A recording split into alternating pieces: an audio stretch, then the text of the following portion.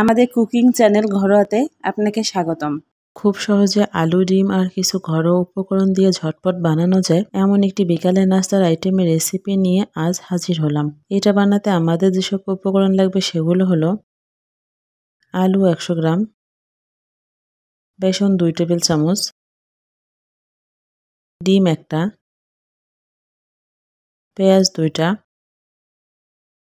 কাঁচামরিচ 3টা, লবণ হাফ চা চামচ, রান্নার তেল পর্যাপ্ত পরিমাণ। প্রথমে আলুর ছাল ছাড়িয়ে একটা গ্রেটারের সাহায্যে এরকম মিহি মিহি করে কেটে নিব।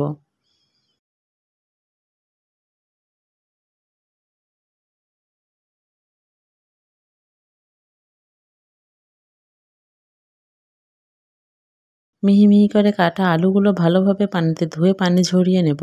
এবার এতে বেসন ঢালবো। আমরা পেঁয়াজগুলোকে কুচি কুচি করে কেটে নিয়েছি, সেগুলো এবার ঢেলে দিব। আমরা কাঁচামরিচগুলোকেও ছোট ছোট করে কেটে নিয়েছি, সেগুলোকেও ঢেলে দিব। এখন লবণ আর ডিমটা ঢেলে সবকিছু খুব ভালোভাবে মাখিয়ে নেব।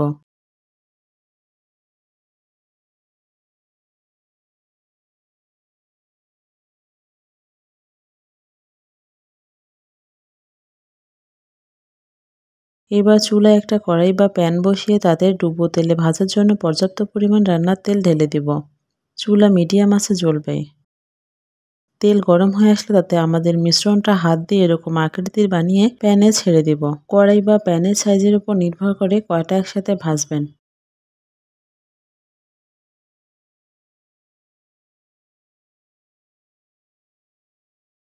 প্রায় 2-3 মিনিট নাড়িয়ে নাড়িয়ে উল্টে পাল্টে ভাজলেই বড়াগুলো বাদামি হয়ে আসবে। আর তাহলে আমরা সেগুলোকে তুলে গরম গরম পরিবেশন করব।